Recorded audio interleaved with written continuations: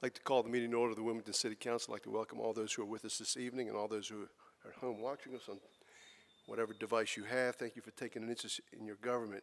This time I'd like to introduce Chaplain Sam Adams of the Wilmington Fire Department. Please give our invocation, and then everybody will stand afterwards for the Pledge of Allegiance. Thank you.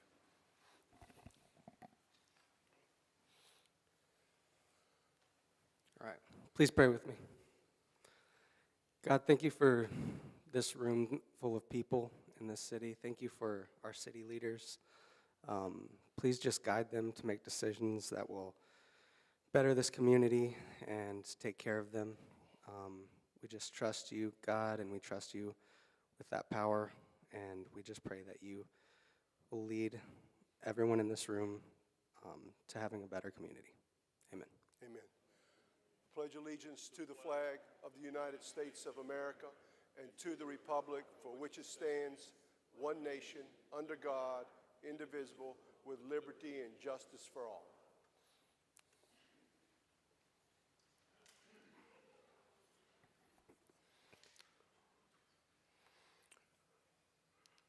First item of business is a presentation of the President's Lifetime Achievement Award to Sonia Patrick.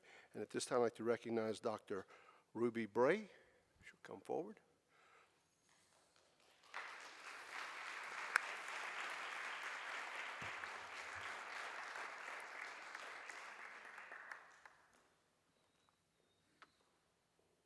Good evening to Mayor Sacco, City Council, citizens of Wilmington, and family and friends of Sonia Benetone Patrick. At this time, we'll have an opportunity to present the President's Volunteer Service Award. Let me share a little bit of the history of this award. How many of you have ever heard of this award? Just a few people, 2 or 3. I'd never heard of it either.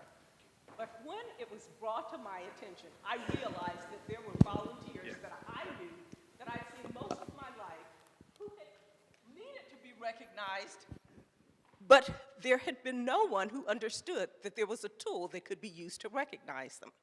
Well, the President's Volunteer Service Award is a civil award bestowed by the President of the United States.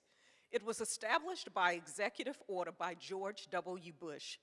The award was established to honor volunteers who give hundreds of hours per year helping others through the President's Council on Service and Civic Participation. The award can be granted to individuals, to families, organizations that are located throughout the United States. And for those of us who've served in the military, I learned that even soldiers and their family members can receive this award. They have to be citizens.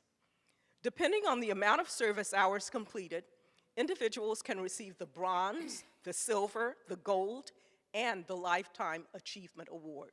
Tonight, the mayor will present the Lifetime Achievement Award.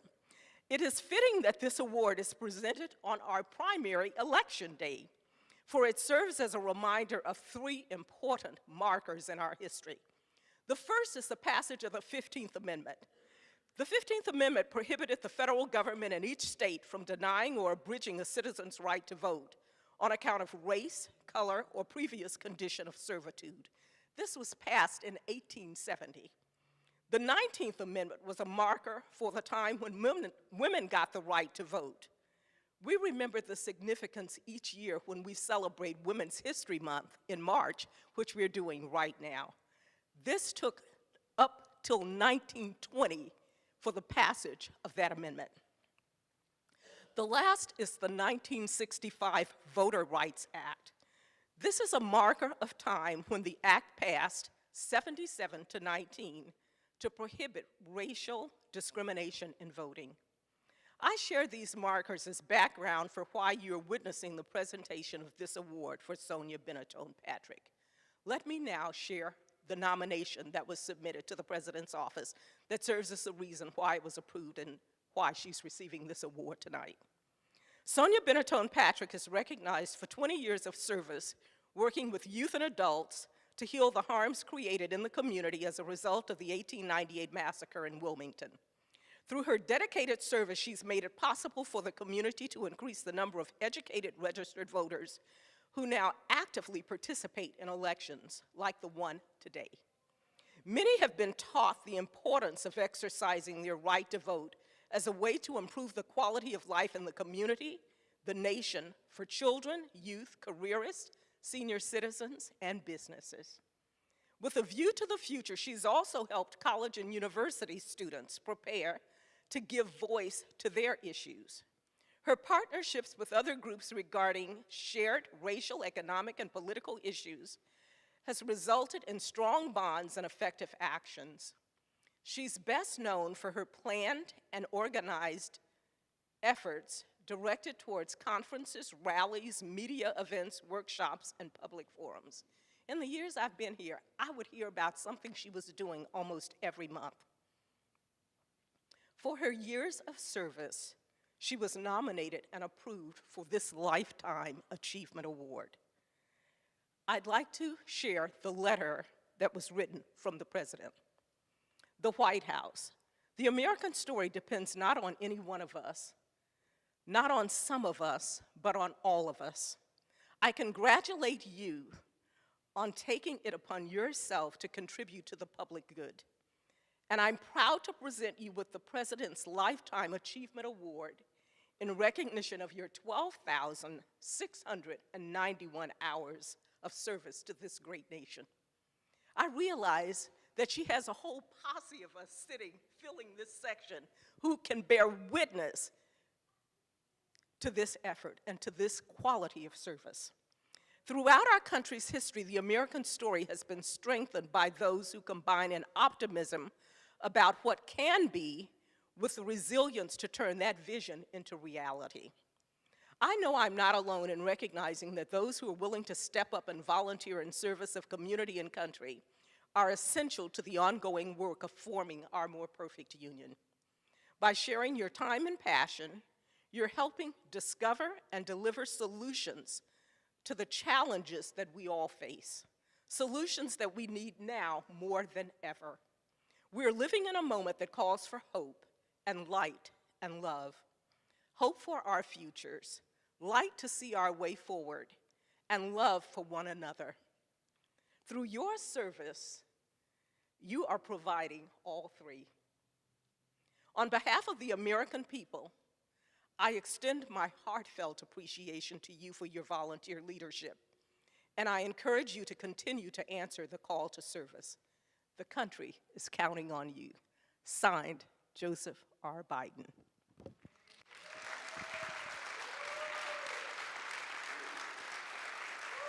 Mayor Sappho.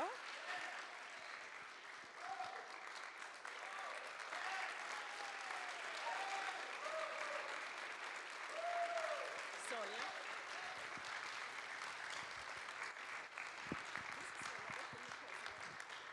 That's the award, and I am ready to read the award.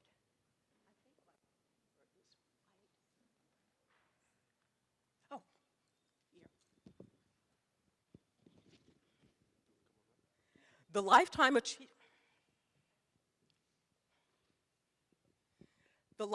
Achievement Award with grateful recognition, AmeriCorps and the Office of the President of the United States honors Sonia Benetton Patrick with the President's Lifetime Achievement Award for the lifelong commitment to building a stronger nation through volunteer service, signed J.R. Biden Jr., President, and it was awarded in 2023. I'm late getting it to you.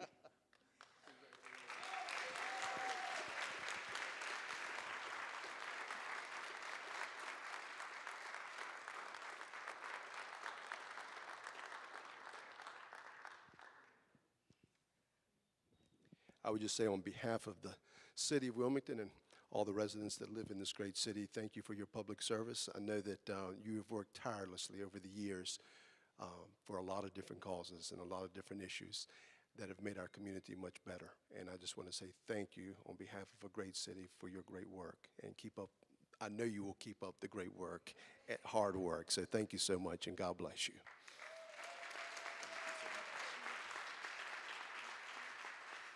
You're about to get pinned.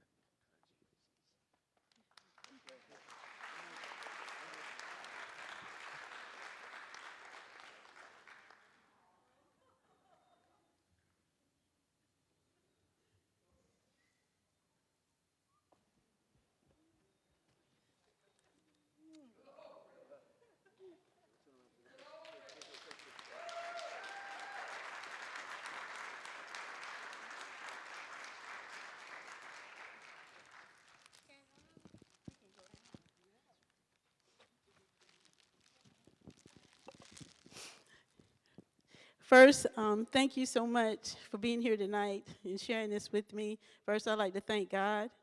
I'd like to thank each one of you here present, to all my brothers and sisters from another mother. Thank you, Dr. Bray, for the nomination. I'd like to um, give tribute to my mother and my husband, Ricky, who I know are looking from above. And I'd like to thank you, Pastor Faison and First Lady Faison, and thank you, Aunt Flossie and Reverend Evans. And to my sister from another mother, thank you for being here. To my son and my grands, and to everyone, I love you so much. And thank you for your love and support. It means so much to me. God bless.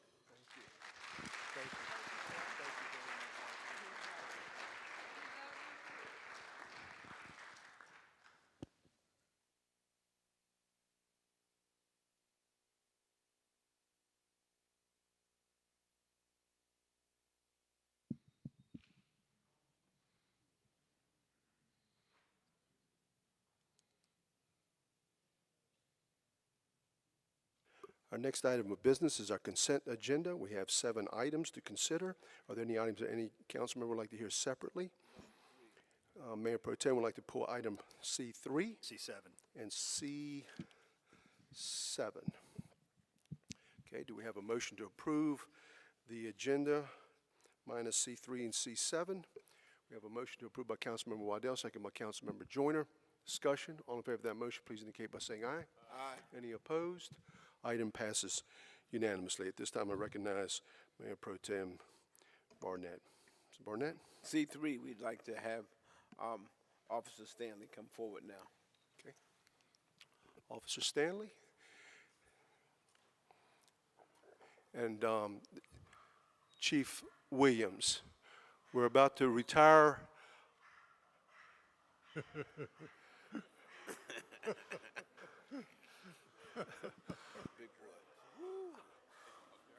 It's a nice-looking dog. It's a beautiful dog. Good evening, Mr. Mayor, members of council. On behalf of the women and men of the Wilmington Police Department, we would like to thank you and all of the citizens for supporting us. Modern-day police canines have been part of our agency for over 40 years. 35 dogs have served as Wilmington police dogs. These dogs are not pets. They are when they go home with the handlers, but when they work 10-hour shifts riding around in a mobile kennel. I would like to show you a brief video of our canine program. Please. The Wilmington Police Department has a long history of service to the community, and for much of our existence, animals have played a crucial role in one way or another. The WPD Canine Unit was created in 1982 by Captain Bruce Hickman.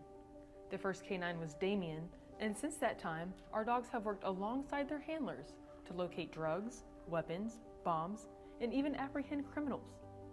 Currently, the unit is made up of 6 dogs.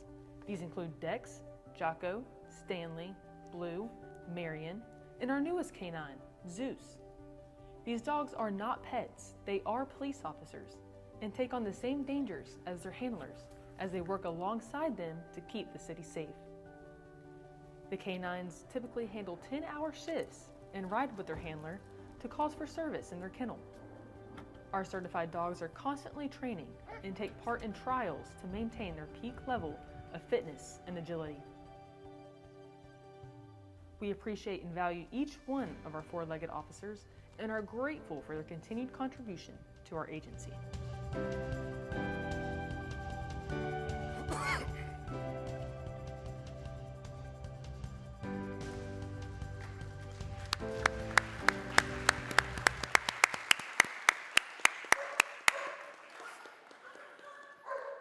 Well, Thank Chief, we just want to say thank you to the men and women of the Wilmington Police Department, and especially our K-9 unit. And Officer Stanley, I believe, has done remarkably well for our department over many years, and now he's in good hands with Officer Silas. And we just want to say thank you on behalf of the city of Wilmington for all the great work that not only the department has done, but also what Officer Stanley has done. So have a great retirement. And you'd like to say anything, sir? Great dog. Thank you. Thank you very much. Appreciate it. Thank you, everybody.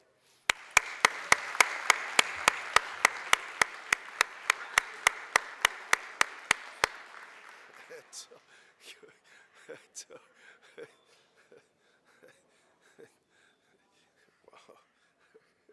Okay, go ahead and make the, no, but you have to make the, yeah.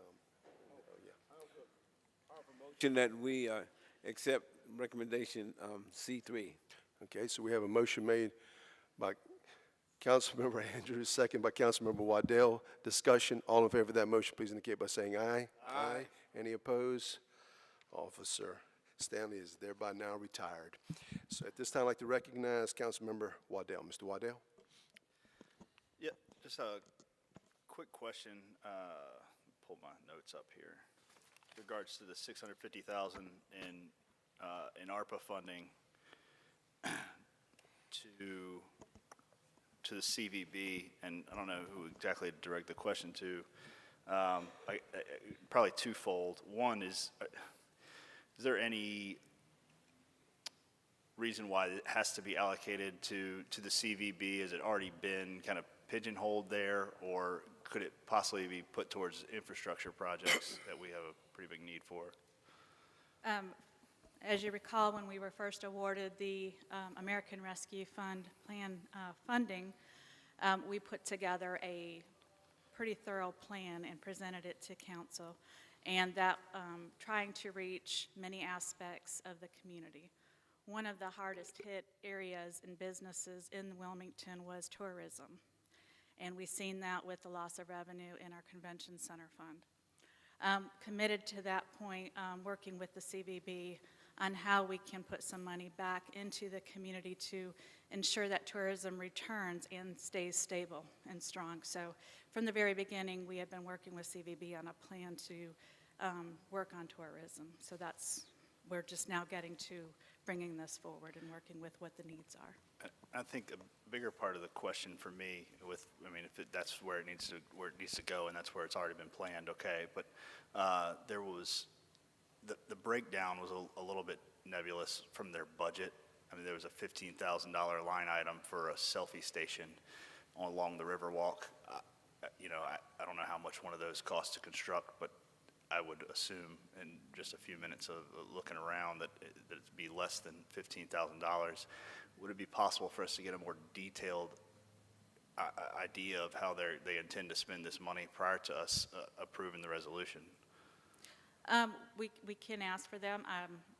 We're waiting to see the approval go through before they worked on a more detailed budget. They gave a presentation to council in January and went through, they had a study done and coming into downtown Wilmington and the Riverwalk, and some of the suggestions that came from that study were, watching people on the Riverwalk, and this being our biggest, one of our biggest tourism attractions, and some suggestions that came what would be more attractive for people visiting the area, and seeing people take pictures and different things. So that laid out the plan, but it is a very generalized budget, and waiting to see the approval of this, and then they would present a more detailed budget. So if there's something in there that you would like, maybe moving more towards something else and not the selfie station, as you mentioned, we could definitely work with them on a more refined plan for the use of these funds.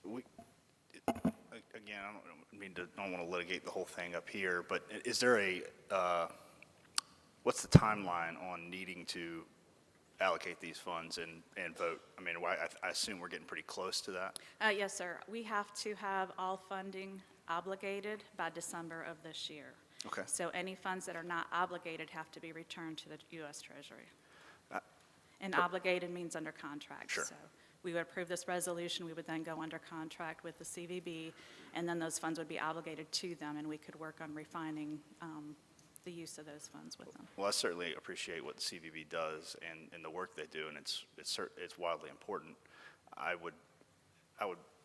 My thought would be to get a little bit better understanding of how these funds are going to be utilized and whether or not there's maybe a better way or some more leverage that we can get out of these dollars that we're going to be proposing to them, and to maybe just push it back a couple of weeks and have that discussion.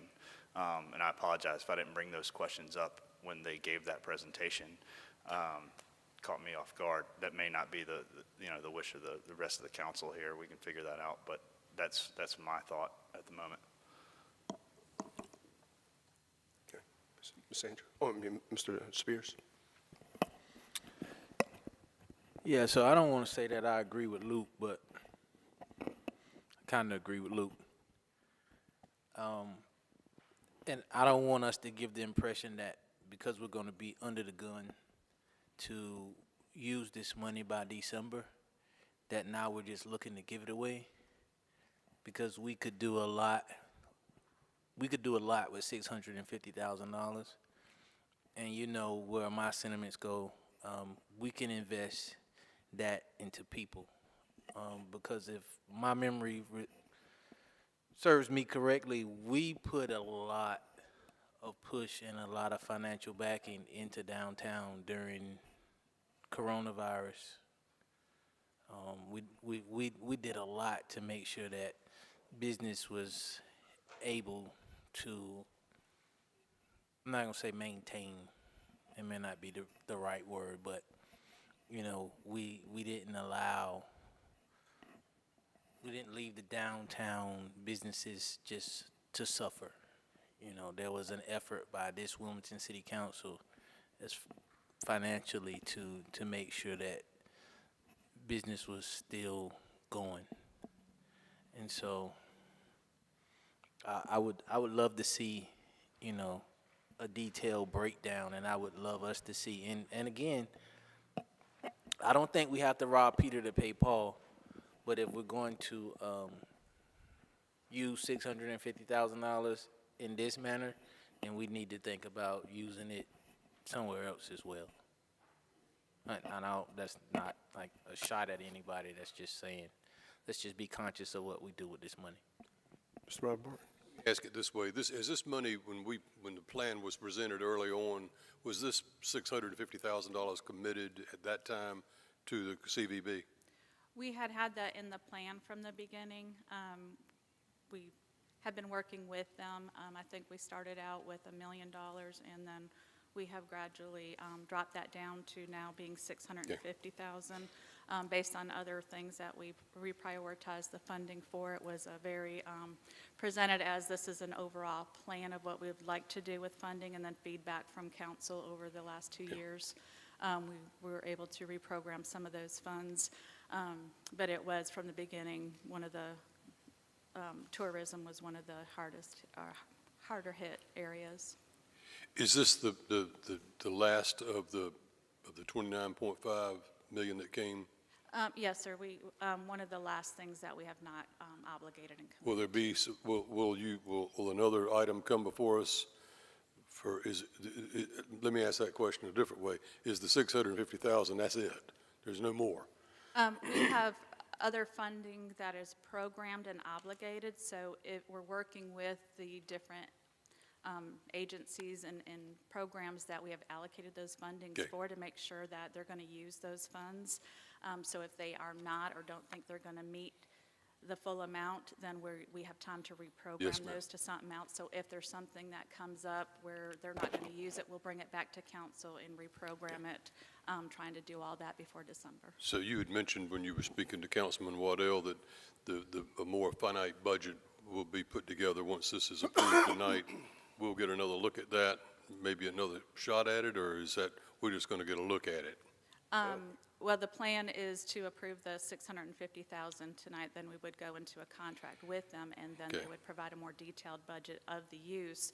But if there's specific things that you don't like about that, or would like to see something else that they can do, we'll definitely have those conversations and make sure that we do that before we I'd just be interested. contract. I'd just be interested in seeing a more, detailed budget.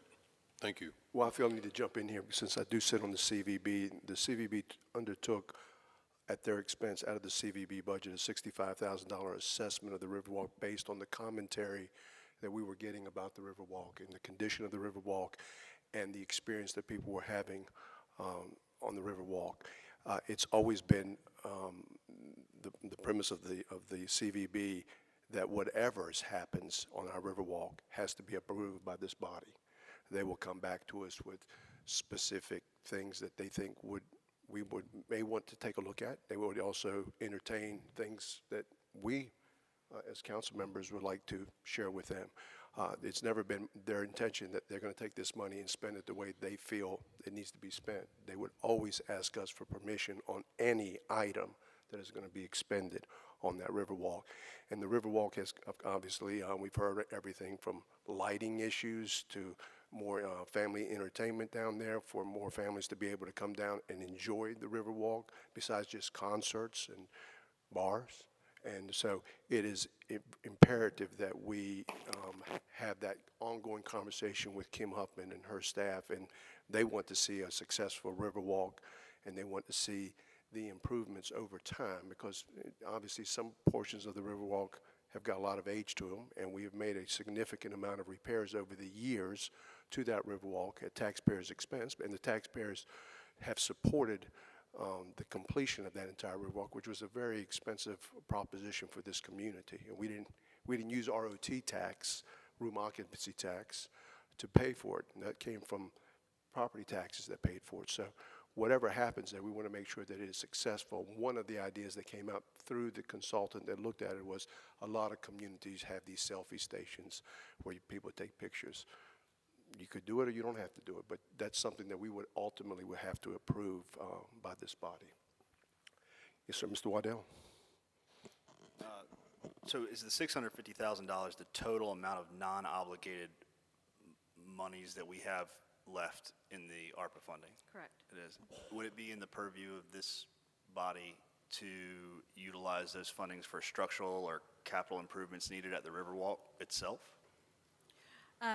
Some of the things we have to be careful with is how we use it. There's an eligibility side of the ARPA funds, and then there's the general fund revenue loss side, which gives you more leniency in how you use those funds. Since we've already allocated that portion that can be for the revenue loss portion, we have to look at how these are eligible to more on the side of impact. So what was impacted by the COVID? Yeah, I think we may saw, I mean, initially there was a huge hit to tourism.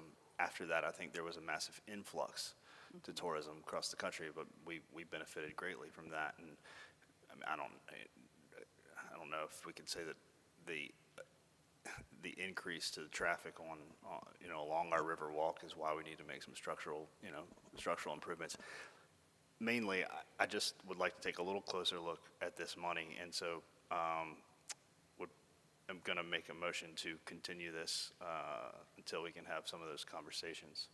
I don't know if I need to continue that to a date certain. So, Mr. Barnett? Just on readiness on that. Will that delay what we need to do? Because I know that it wasn't haphazardly selected what we were going to do with the $650,000. You know, I just want to make sure that we understand that it was planned, and this money, if I'm not mistaken, is kind of already earmarked. Yeah, it was part of our plan that we presented to council. It would be used for tourism, and we would work with the CVB on how those funds. And one of the biggest things that came from the study, as well as comments from people walking on the riverfront or coming to visit Wilmington, is not having good signage and wayfinding on where things are located. So that's a big piece of this, is putting up the wayfinding signs and more informational signs to help people who are visiting Wilmington on where things are at, where are the shops, where are the restaurants, where are different things at, and having that more present in our downtown. So that's where the big focus of this study for Wilmington, working with them, was on.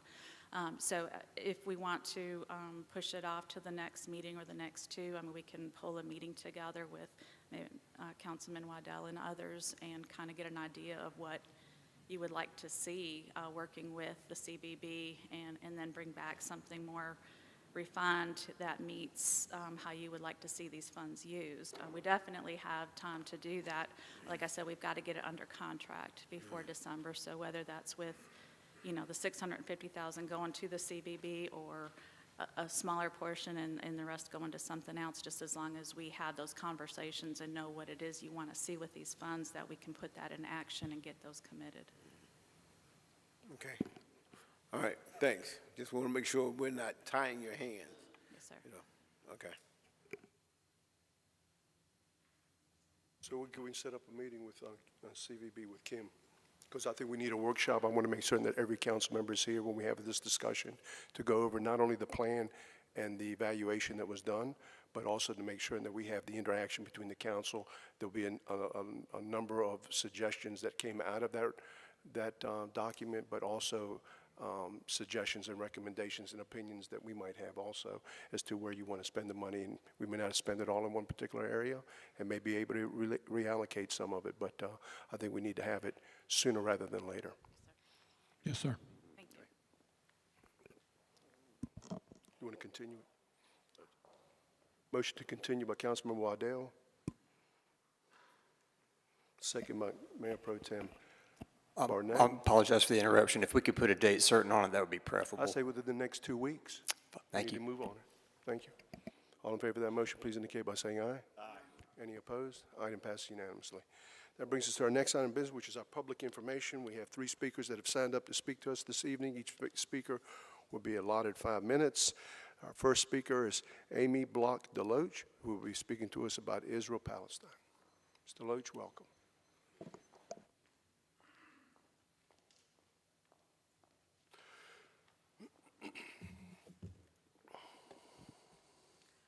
Honorable members of the Wilmington City Council, my name is Amy Block Deloach, and I appreciate the opportunity to speak before you.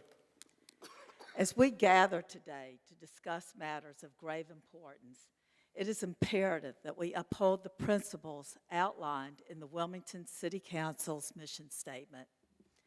As you know, your mission is to create a better city through responsible stewardship and forward-thinking policies. This statement also includes quality of life and excellent core services for all. This mission is rooted in the values of community, safety, and equality, and guides us to address pressing issues affecting our residents with compassion and resolve. These values should drive the actions of this City Council, but you've been asked to take up a resolution outside of your scope regarding international affairs. There's an effort to have the City Council adopt a ceasefire resolution for the Gaza war. To be clear, if the Wilmington City Council adopts the resolution, it will have a zero impact on the war in Gaza. It will, however, further drive division in our city. There have been rallies in public locations across Wilmington where rally members chant "From the river to the sea." This refers to the area between the Jordan River and the Mediterranean Sea that encompasses the entirety of Israel, making this a direct call for the elimination of the Jewish state of Israel, where half of the world's Jewish population lives. This phrase was popularized by Hamas. So while many people who repeat this phrase might not intend it as a call for genocide, the people who popularized the phrase absolutely did. Opposing the actions of the Israeli government is obviously not the same as being anti-Semitic. But these last few months have shown us that anti-Semites use anti-Israel rhetoric to hide or even justify their anti-Semitism. The rise in anti-Semitism around the country and here in Wilmington has been more than just rhetorical. Recently, the Jewish community was shaken by a bomb threat targeting my synagogue. We've had to significantly increase our security spending and even create a safe room in our place of worship. These acts of hate instill fear and uncertainty in the hearts of those who call Wilmington home. I am a fourth-generation native Wilmington Jew. For 4 generations, my family has lived here, and while we have seen anti-Semitism before, it has never been so commonplace or overt. Signing on to this resolution will add to an ever-growing drumbeat of Jew hatred. Over the past weeks, you have heard many people asking the City Council to adopt a resolution calling for a ceasefire. Everyone wants to see the end of this war. We grieve the loss of every life, Palestinian or Israeli. This, however, is an international issue that the federal government handles. The fate of the Palestinian people does not rest on the Wilmington City Council calling for a ceasefire. But passing such a resolution would inspire more controversy and unrest in the community that this council is responsible for. If this resolution passes, many in the Jewish community will feel obligated to push for other resolutions, including condemning Hamas and calling for them to surrender and release the hostages. If Hamas would surrender and release the hostages, the war would end at that moment. Those who only call on Israel to end the war absolve the terrorists who started it of any responsibility. My goal is not to have the City Council pass an alternative resolution. I would rather see you focusing on problems like housing, homelessness, and public safety. So I'm not asking you to choose a side in the conflict in the Middle East today. I'm asking you to refrain from taking an act that will not have any impact on this international conflict, but will drive division here in Wilmington. Thank you.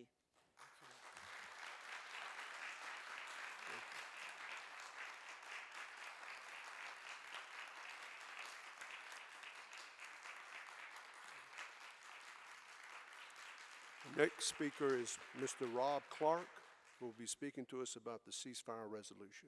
Mr. Clark.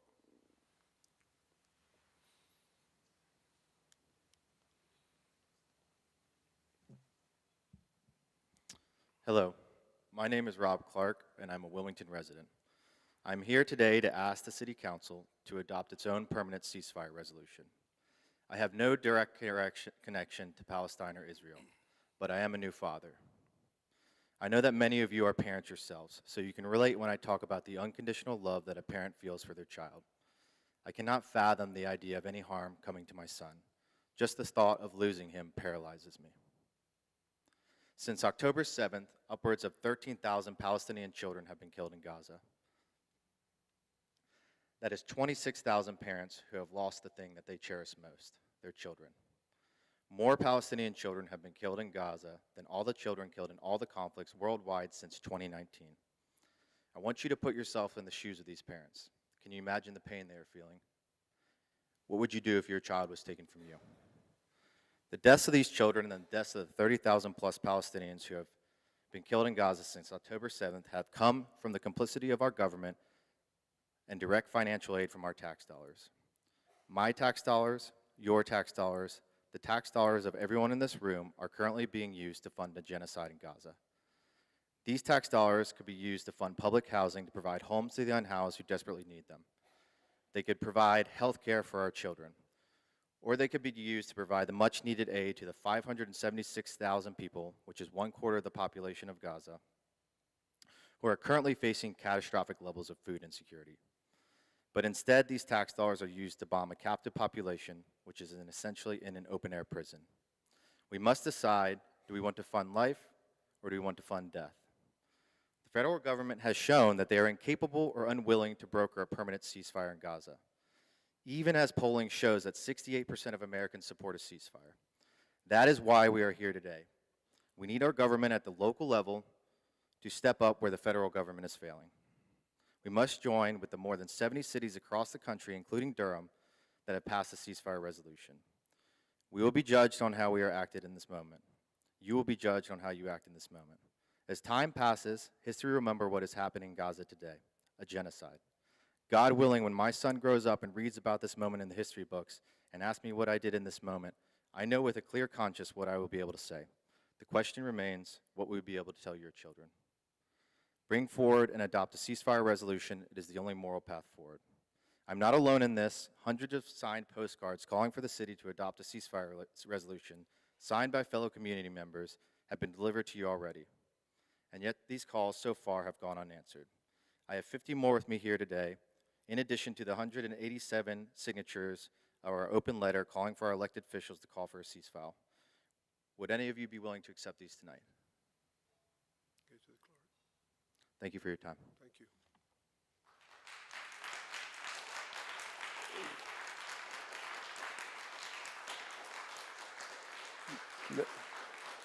Next speaker is David Francis Braga, who will be speaking to us about a ceasefire resolution in Palestine.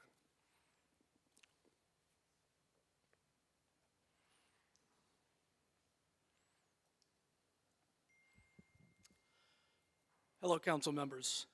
My name is David Braga. I'm an English instructor and father, and I'm here to ask the City Council to pass a resolution calling for a permanent ceasefire in Palestine. I have to be honest, I am not a fan of public speaking. I am nervous as well, given that those who have spoken out on this issue have often been smeared as anti-Semitic, occasionally lost their jobs, and been threatened with personal harm. However, I feel it is imperative that I speak up now because this is not a complicated issue. It is a question of morality, of if we are who we think we are, and how we want to face one of the darkest moments in modern history. Like many Americans, I am aware that my position here today, both in our country and in this city in particular, has been afforded to me by heinous acts of wanton violence and dehumanization. Whether that be the extermination of the indigenous people of the continent or building an entire economy on the back of slave labor. I was taught in school and at home that we cannot fix the stains of the past except by being held accountable in the present. That those who came before us did horrid things cannot be undone. Our job, then, is to make sure that we do all we can to ensure that those things do not happen unopposed during our lifetime. What is happening right now in Palestine, and Gaza especially, is not complicated. It is not a difficult issue or one that requires deep knowledge of world history. All you have to do is look. I am not going to cite any statistics on the number killed or injured or displaced because, frankly, I can't keep up with it. No matter what the number of dead children was when I wrote this and edited it, it has surely risen. It was rising while we listened to the other speakers. It will rise on our drives home, and while we lay our heads to sleep, confident to wake up tomorrow with our homes, food, and families still around us, even more will die. In the past few months, I've seen more pictures of dead children than anyone should have to see in their lifetime. I've seen skin flayed off bodies outside of hospitals that cannot operate because they're being attacked in direct violation of international law. On Sunday, I saw the image of a body that had been intentionally run over by a tank and no longer looked like a member of my own species. I am sure my therapist would tell me that looking at these things every day is a dereliction of self-care. I would counter that knowing that these things are happening, that little children are being forced to see the things that I could conveniently turn away from, would be a dereliction of my humanity. What can we do here? Perhaps a city council resolution seems like spitting in the wind, but it is a concrete step from a city with an important port shipments and military ties, and both Israeli and Palestinian citizens. And perhaps your act of bravery in passing this will cause others to think and hopefully act. Maybe when enough politicians, local or state or federal, take a stand, our government will notice and stop using tax dollars to help kill innocent people with reckless abandon instead of working for a lasting peace. All you have to do is look. This atrocity is being documented bravely by those caught in the middle of it, begging for help. It is not taking place without our knowledge. Each of us knows this is happening. Every moment we do not fight against it, we are guilty. In a few weeks, the Cinematheque in this very building will be showing the film The Zone of Interest, about the commandant of Auschwitz and his family, and how their learned and intentional ignorance to what was happening on the other side of the wall that lines their yard allowed those things to happen. They could see it, they could hear it, but they chose to keep living comfortably. What will we choose? What will you choose? I again want to express how little I like public speaking, but when I was given the opportunity to do so tonight, I felt I had no choice. I imagined my 13-month-old son in several years, learning about how after years of saying never again, we once again allowed this to happen, and him asking me what it was that I did at the time. How was it that I fought for those who couldn't fight for themselves? How did I speak up for those who could only broadcast their screams over the internet and hope desperately that someone was listening? This act, this resolution, is, of course, not enough, but it is what we can do, and because we can, we must. We cannot pretend that we do not hear, we cannot pretend that we do not see.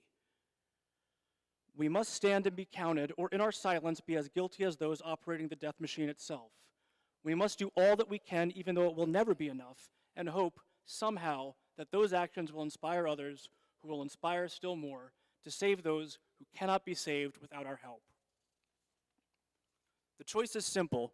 We stand on the side of life or we stand on the side of death. History will record and remember your decision, whether you take this resolution up or not. Thank you for your time.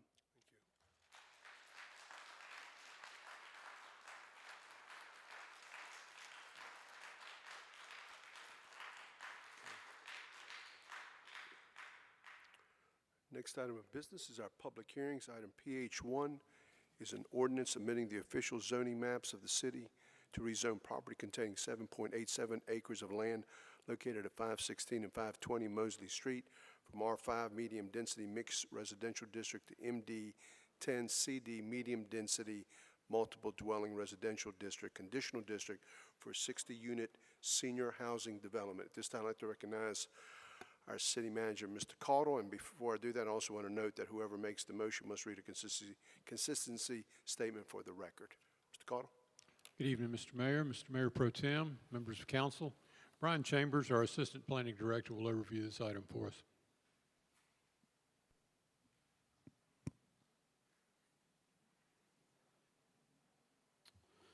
Good evening, Mr. Mayor, Mayor Pro Tem, members of council.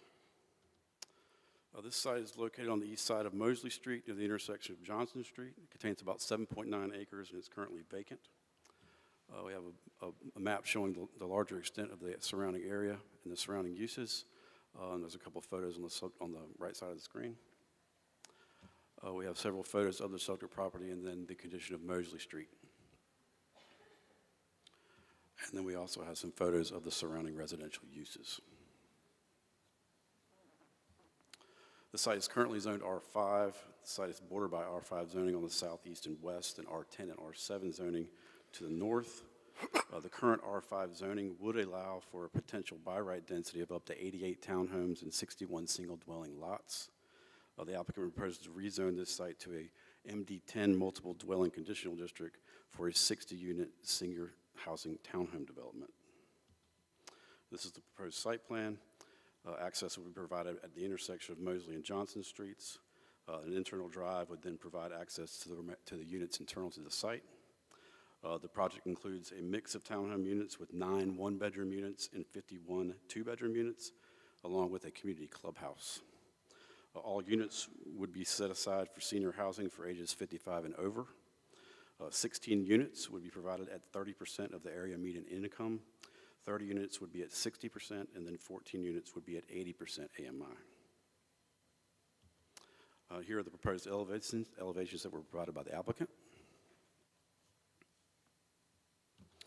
The comprehensive plan calls for infill that is compatible with the neighborhood, and the plan supports the dispersal of affordable and workforce housing, including senior housing, throughout all areas of the city. The proposal includes a density that is less than what's permitted by right and provides additional affordable housing options for this area of town. Staff believes this request is consistent with our comprehensive plan. The request is reasonable in the public interest and recommends conditional approval. The Planning Commission at their March 5th meeting voted unanimously to recommend approval of the request. I'd be happy to answer any questions, and the applicant's available to answer questions as well. Are there any questions from council? Okay. All right, thank you. Thank you, Mr. Chambers. At this time, I'd like to recognize the applicant.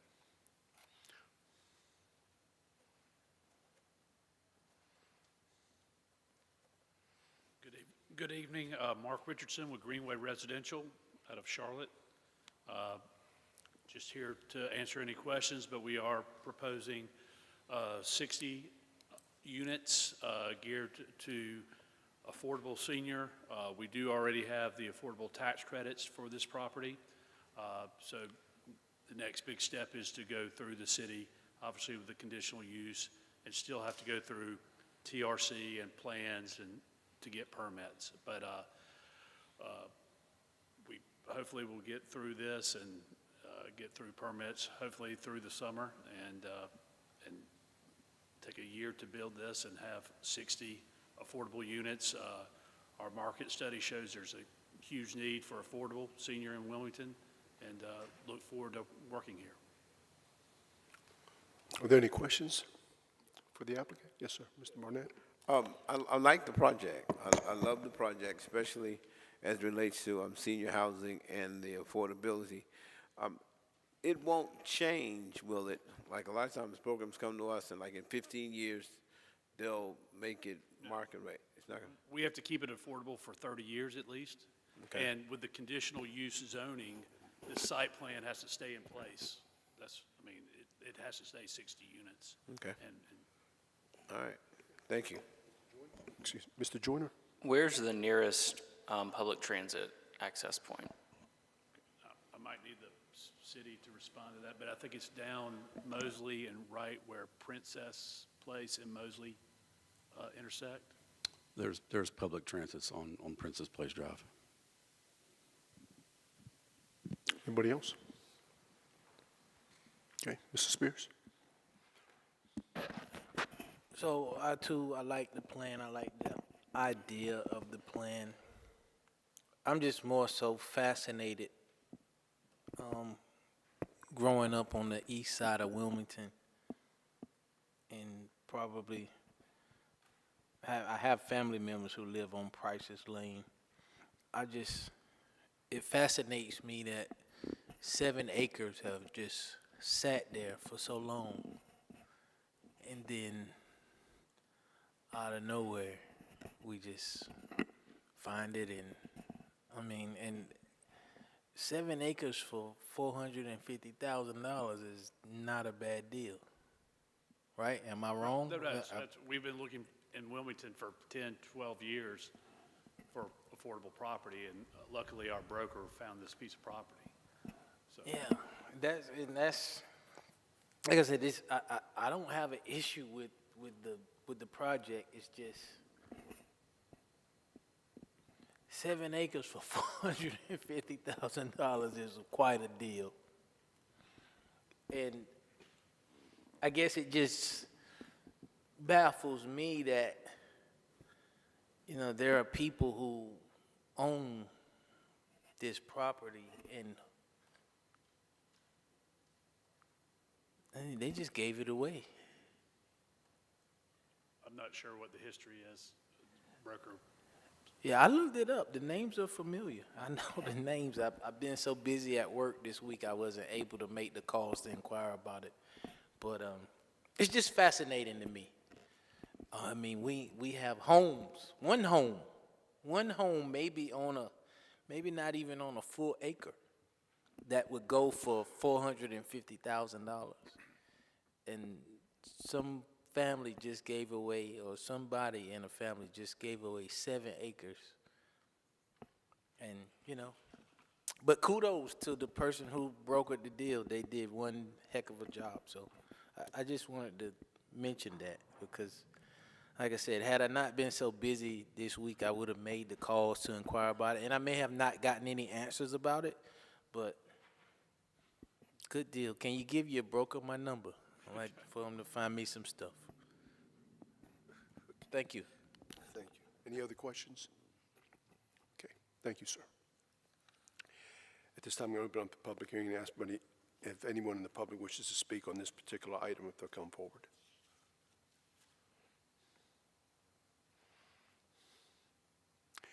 Seeing none, Madam Clerk, have you received any additional commentary, letters, telephone calls, emails? No, sir, I have not. Okay, thank you. Are there any further questions from council? Hearing none and seeing none, I'm going to close the public hearing and ask for the wishes of council. And again, I will, Mr. Barnett, would you please read a consistent statement for the record? Wait a minute, we have a motion to approve by from Mayor Pro Tem Barnett, second by Councilmember Andrews. Mr. Barnett. I move to approve the proposed amendment to assign zoning to property located at 516 and 520 Mosley Street from R5 Medium Density Mixed Residential District to MD10 CD Medium Density Multiple Dwelling Residential Conditional District for a 60-unit multiple dwelling residential development, and finding to be consistent with the relevant policies in the comprehensive plan based on the application materials and the information provided in the public hearing and in the staff report. And the final approval of the rezoning request is reasonable and in the public interest for the following reasons. The proposed rezoning would allow for a senior housing project that is compatible with the surrounding neighborhood. Okay, all right, ready to vote? All in favor of that motion, please indicate by saying aye. Aye. Any opposed? Item passes unanimously. Is there a motion to waive second reading? Motion made by Councilmember Waddell, second by Councilmember Andrews. Discussion. All in favor of that motion, please indicate by saying aye. Aye. Any opposed? Item passes unanimously on first as well as second reading. That brings us to our second ordinances. Item 01 is an ordinance amending the Land Development Code, Chapter 18, to exempt currently existing bona fide farm uses over 10 acres from certain zoning and permitting requirements. This is being heard on a second reading. I'd like to recognize City Manager Mr. Cottle. Mr. Cottle. Thank you, Mr. Mayor. As this is a second reading on the item, we do not have a presentation for you. Staff stands ready to answer any questions you may have. Okay. Are there any further questions from council? Yes, ma'am. So my concern with this, and the reason I voted against it, is I don't see a compelling reason for this change to waive any zoning requirements. I didn't really get a compelling answer from the applicant as far as what this is going to do for Wilmington to waive any zoning requirements for this property. I do have a motorhome, and one of the things that we enjoyed doing when we first got it was we belonged to an organization called Harvest Host, and it was to bring in agritourism, if you will, to agricultural tourism places like this proposes to be. So, I mean, is that something that could be done with this property? Could they have people in campers come and spend the night? Mr. Chambers? Or, I'm sorry, Ms. Thurston, I'm sorry.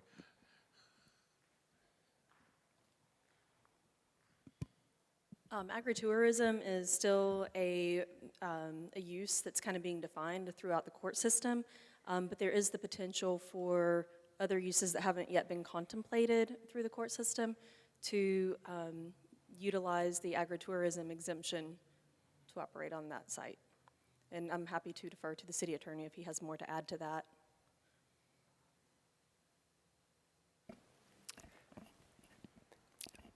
Camping isn't one of the items that's specifically listed in 160D when it addresses agritourism, but as Ms. Thurston indicated, it's somewhat open-ended that other uses could be considered agritourism. I'm sorry, that's not a complete answer, but Yeah. that's how the statute reads. Could they put in cottages for overnight guests? They could potentially have some sort of element of short-term stays related to the agricultural use, but they would have to demonstrate how it's tied to the property being operated as a farm in order to claim agritourism. Also, they would be able to put in housing for people who worked on the farm without getting permits through New Hanover County or the city. But we've already decided that weddings and banquets all fit into agritourism, so I mean, I don't understand why it wouldn't be pretty wide open to anything. Those are uses that have previously come up as potential agritourism uses, and the courts have decided on those being legitimate agritourism uses. Okay. And one more thing. We talked a lot about preserving this as, the farm use, the open space, but there's really nothing in this designation as a bona fide farm that would do anything to really preserve it. There's nothing to stop the owner from selling it and having it rezoned in the future. Is that correct? That is correct. This amendment would not change the zoning of the property. It would remain residentially zoned. If they cease to operate as a farm use, they would no longer be exempt from city zoning. So this doesn't do anything to preserve the farm, to preserve the open space, and it doesn't do anything, as far as I can tell, for the residents around it. So I'm still opposed to it. Other questions? Thank you.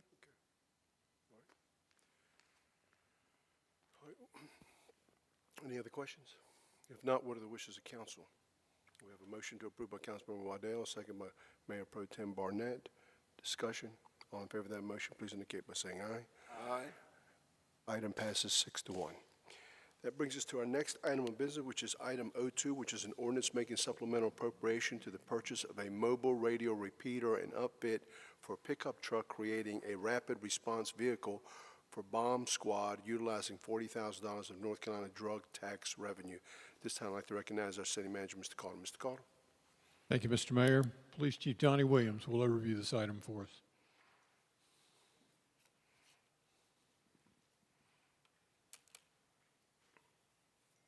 Mr. Mayor, members of council, the police department is requesting the use of $40,000 in NC drug tax funds. These funds will be used for two projects. The first project will be for the purchase of a mobile radio repeater. This piece of equipment will allow our portable radios to operate in buildings that are very large in nature and our signals are currently blocked. The second piece of equipment will be an upfit for an existing pickup truck to make it a rapid response vehicle for our bomb squad. This will allow us to operate more efficiently by not having to utilize our larger bomb trucks on initial response. Are there any questions? Are there any questions for the chief? Okay. Thank you, Chief. Thank you. Appreciate it. What are the wishes of council in respect to the ordinance? We have a motion to approve by Mayor Pro Tem Barnett, second by Councilmember Andrews. Discussion. All in favor of that motion, please indicate by saying aye. Aye. Any opposed? Item passing unanimously on first reading. Is there a motion to waive second reading? We have a motion by Councilmember Spears, second by Councilmember Andrews. Discussion. All in favor of that motion, please indicate by saying aye. Aye. Any opposed? Item passes unanimously on first as well as second reading. That brings us to our next item of business, which is our resolutions. Item R1 is a resolution authorizing the City of Wilmington's 2024 state and federal legislative agenda. At this time, I'd like to recognize City Manager, Mr. Caudle. Mr. Caudle. Thank you, Mr. Mayor. I want you to note that we have a high-tech sign here at the podium that says, "Speak into the mic." It's paper, and it's written with magic markers, so it's a high-tech sign. But it's a good reminder to keep us all on our toes. I want to take an opportunity this evening just to introduce the state and federal legislative agenda for the city for this year. As I mentioned yesterday during our presentation, Kara Spencer would normally be doing this presentation for you, but she's out on extended leave. I would like to take the opportunity to remind both the council and the public that the goals that the city has traditionally focused on are designed to build relationships and to find points of common interest on which to pursue these legislative goals. It's not generally meant to be a confrontational type of situation. Dylan, I'm going to need help again, buddy.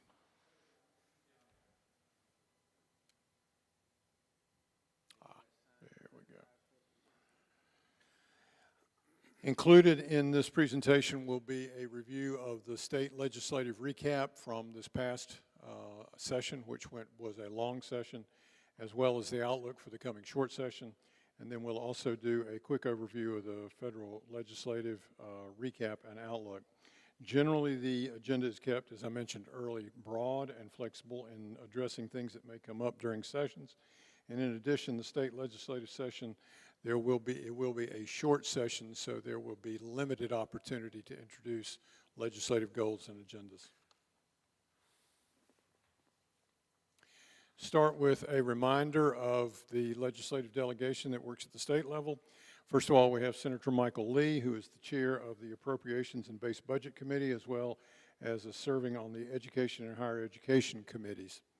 Have Senator Bill Rabon, who's the chair of the Finance, Rules, and Operations Committee in the Senate, and also serves on the Select Committee on Nominations. Representative Deb Butler serves on the Banking, Commerce, and Regulatory Reform Committees in the House. Representative Davis is the Vice Chair of the Appropriations, Environment, and also serves on the UNC Board of Governors Nominations Committees. And then finally, Representative Charlie Miller is the Vice Chair of Appropriations and Energy and Public Utilities. It's also noteworthy that he serves as the Vice Chair on the Joint Legislative Oversight Committee on Justice and Public Safety. As you can see, we have a diverse group of interests in terms of where our legislators have particularly focused on, and I think it does the city well to be able to call on these folks as need to be.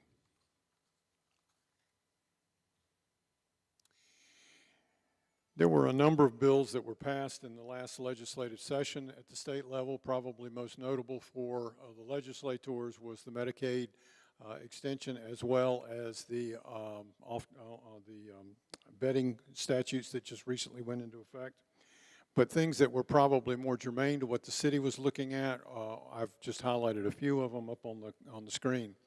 First of all, for a number of years, there has been a statewide movement to use civilian crash investigators across the state, very similarly to the way that the city of Wilmington has done.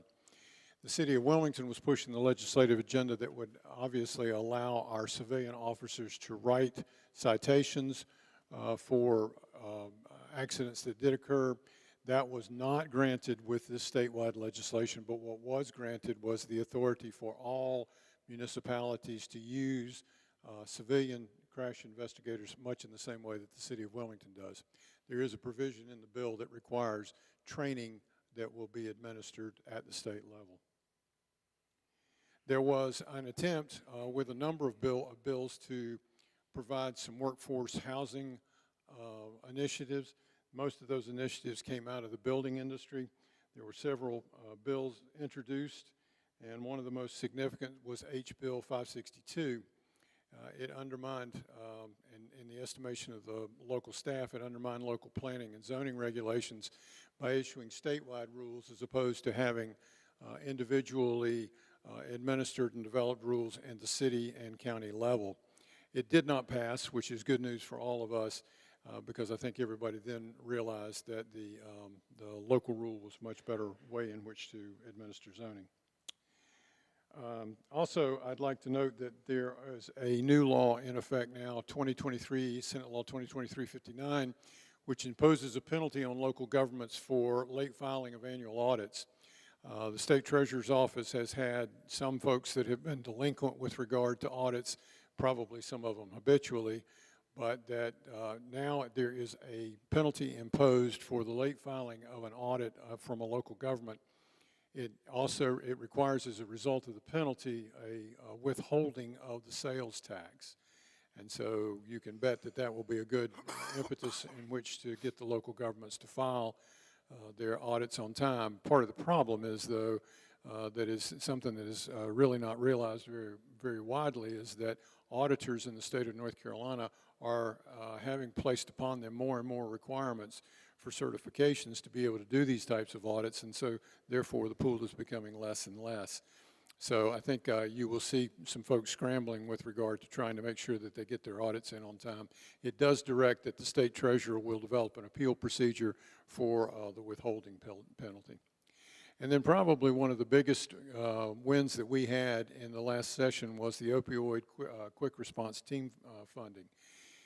The previous 2 years, or probably 3, we had to go for individual allocations that would go to subsidize the operation that's put on here in the city of Wilmington.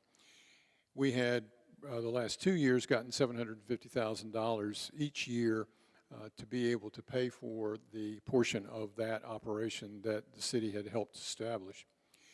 This year, we were able to get a $300,000 allocation in the budget that recurs annually, as opposed to having to go to the legislature every single year and ask for a special allocation. So I think that was a win, and that combined with the fact that we have opioid settlement money that is coming to the county and the city, and working through an opioid joint committee between the city and the county, actually allocates additional funding for opioid response to this program. So this passed with the annual budget, and I think this is a real big win for the city. In terms of the legislature, it's important to note that the Republicans maintain a supermajority in both houses. Essentially, the House is made up of 72 Republicans and 48 Democrats. Senate's made up of 30 Republicans and 20 Democrats. If they vote along party lines, they can override a gubernatorial veto. This particular session, Senator Paul Newton will continue to serve as the Senate Majority Leader, and Representative Tim Moore will continue as the House Speaker.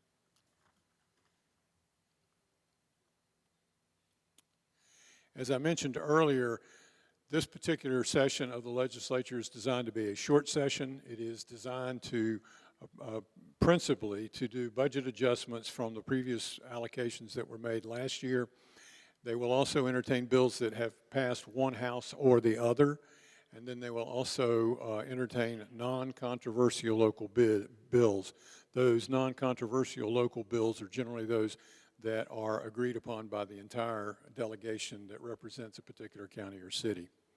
They will be looking to adjourn quickly as they will be facing a statewide election for their offices, as well as they'll be interested in participating in the federal elections for this year. So I would say that we will have a very short session that will be very focused, but we will have to make sure that we keep our eyes open to make sure that we don't have something that sneaks up on us in terms of passage of either detrimental or even positive legislation.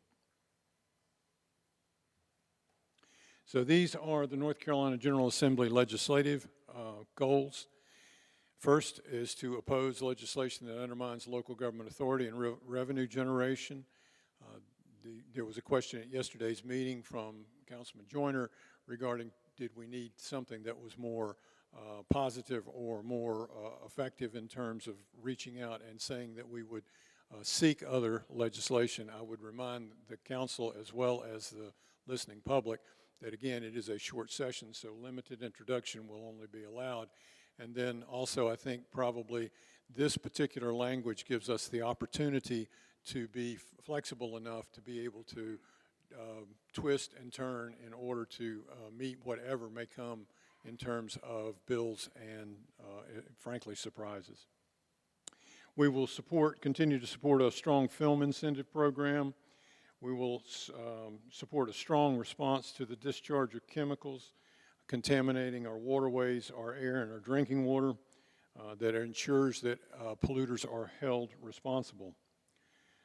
We'll support transportation funding that's reflective of Wilmington's growth with emphasis on accessibility during and after natural disasters and equity with the rest of the state. That is something that we have added this year as a result of the Council's position on the Cape Fear Memorial Bridge replacement, and thought that that was an important add into the legislative platform. We'll support the revision of laws that provide additional tools for our law enforcement and prosecutors. We'll support investments in mental health, particularly as it pertains to the opioid epidemic, support funding for coastal infrastructure, and support funding for support affordable housing programming and the ability of cities to address housing challenges. We'll propose modifications to the room occupancy tax distribution formulas, and we will support funding for regional search and rescue teams. This is something that's been on our agenda now for a number of years. Turning now to the federal side of the equation, our federal representatives are Senator Representative David Rouser, Senator Tom Tillis, and Senator Ted Budd. Representative Rouser serves on the Agriculture Committee as well as on the Committee of Transportation and Infrastructure, where he serves as the chair of the Subcommittee on Water Resources and Environment. Senator Tillis serves on the Finance Committee, the Judiciary Committee, where he serves as the ranking member of the Subcommittee on Intellectual Property, as well as serving on the Banking, Housing, and Urban Affairs Committee. Senator Budd serves on the Armed Services Committee, the Commerce, Science, and Transportation Committee, and the Health, Education, Labor, and Pensions Committee.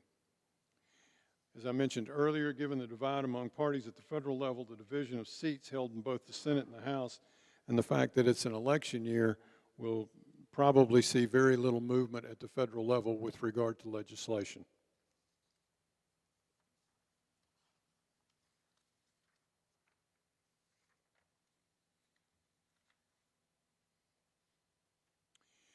In terms of our federal legislative efforts, we have designed these particular support efforts. We will support funding for local infrastructure and transportation, emphasizing resiliency and, again, equity. Support increased resources for disaster recovery and mitigation. Support continued regulation of discharges into our water supply source. Support continuation of federal support for beaches, inlets, and waterways. Support resource allocation to provide for federal opioid epidemic response. And then finally, support affordable housing and historic preservation funding.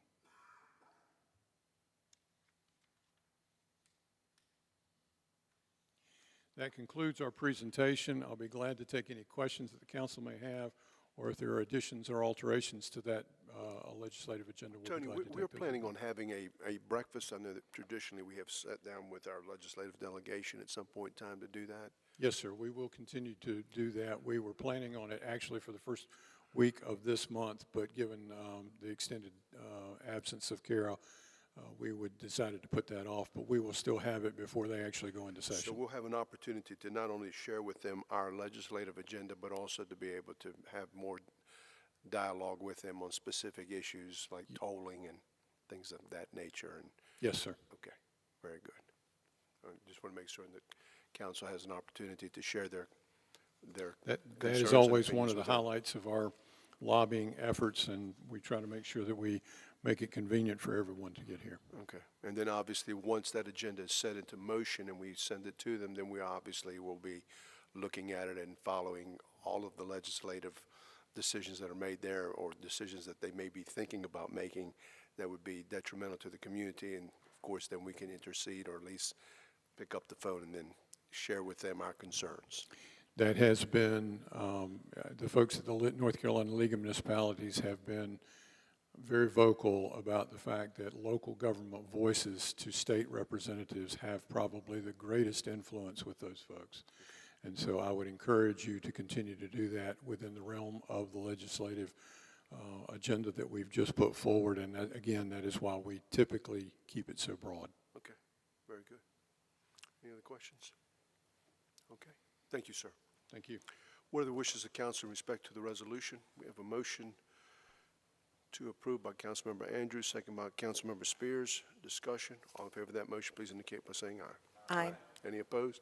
Item passes unanimously. This concludes the regular agenda. Sean, do you have anything for us? I know you're filling in tonight. Yes, Mr. Mayor, I am requesting a brief closed session. I think that motion is up there. Okay. Thank you. We'll do the wrap up here, and then we'll. No, sir, nothing from me. Thank you. Okay, very good. Thank you, sir. Mr. Caudle? Nothing more than the closed session. Madam Clerk? Mr. Joyner? Yes, thank you. The Cape Fear Council of the Boy Scouts of America have announced some new Eagle Scouts, and we have 2 here in Wilmington. And I might have to announce them at our next meeting because it's not pulling up immediately, but I'll announce them at our next meeting. And then I wanted to share with folks that I believe the day before Mother's Day, so let's see, what Saturday is that? The 10th? Thank you. We have some local artists who are going to be performing at Greenfield Lake Amphitheater, and one of the bands that's performing is the Hot Flashes, and I promised that I would share that with everybody, but I really want folks to lean into that opportunity to hear some local talent at Greenfield Lake. I think that if we show support for that venue, if we show support for local artists, we can really turn that into a positive thing for Wilmington artists moving forward as well. Thank you. Mr. Waddell? Mr. Barnett? Yeah. This week we had the opportunity to do an unveiling at the MLK Center of a painting that Dr. Jane Robinson and some others did, and it was a painting of Martin Luther King and Coach William Murphy. Okay, he was the individual who shaped a lot of the kids and the young adults now who are in our city. And one of the things I thought about as they displayed that, they also had artists, little kids, who had painted stuff, and they displayed them, and you could buy them and stuff. And I thought about the 2 things. One, how he shapes kids, but also it's continuing within us, that we've got to do the same thing. We got to continue to invest in kids and continue to push them and encourage them. So I just want to challenge all of us to just find a kid that you can love on and just encourage them and push them to do great things. Thank you. Thank you, sir. Ms. Rambauer? Ms. Andrews? Yes, Mr. Mayor. So the Appointments Committee met yesterday, and we were tasked for the first time with filling this, this committee for the downtown, Greater Downtown Area Plan. And we need to find 23 people to put on that committee, and we only have a few of those that are filled. One from the African American History Commission, they filled theirs, and we basically had nothing else. We need a landing page on our website so that people know what this map looks like that we're trying to fill. I can tell you it's basically the 1945 corporate limits, which is basically Love Grove to Greenfield Lake and the river to Carolina Place. If you live in one of those suburbs, we need you to help be on the steering committee for the Greater Downtown Area Plan. We also need 2 representatives from faith-based organizations, 3 developers in emerging districts within the Greater Downtown area, 1 developer representing affordable housing. So if you fit any of those criteria, the application is available under the city clerk's page, under boards and commissions. You can fill out the application or just contact the city clerk directly, and I'm sure she'd be happy to send you an application. Thank you. Thank you. Mrs. Spears? All right. So I'm going to go ahead and ask for a motion to enter into a closed session pursuant to the provisions of General Statute 143-318.11A and 3 in order for the City Council to, number 1, consult with an attorney employed by the public body in order to preserve the attorney-client privilege and to give instructions to an attorney concerning the handling of an administrative procedure. And I'll note that the closed session, we're going to have it in the retiring room in the back, and then we'll come back and recess from here. And then we'll have, or would you like it? We'd like to have it here. Then we'll have it in council chambers and ask that everybody in the public please exit at this time, please. So do I have a motion? We have a motion by Councilmember Andrews, second by Councilmember Spears. Okay. Discussion, all in favor of that motion, please indicate by saying aye. Aye. Any opposed? That item passes unanimously. We will now go into closed session, and we'll give our staff opportunity to make the adjustments before we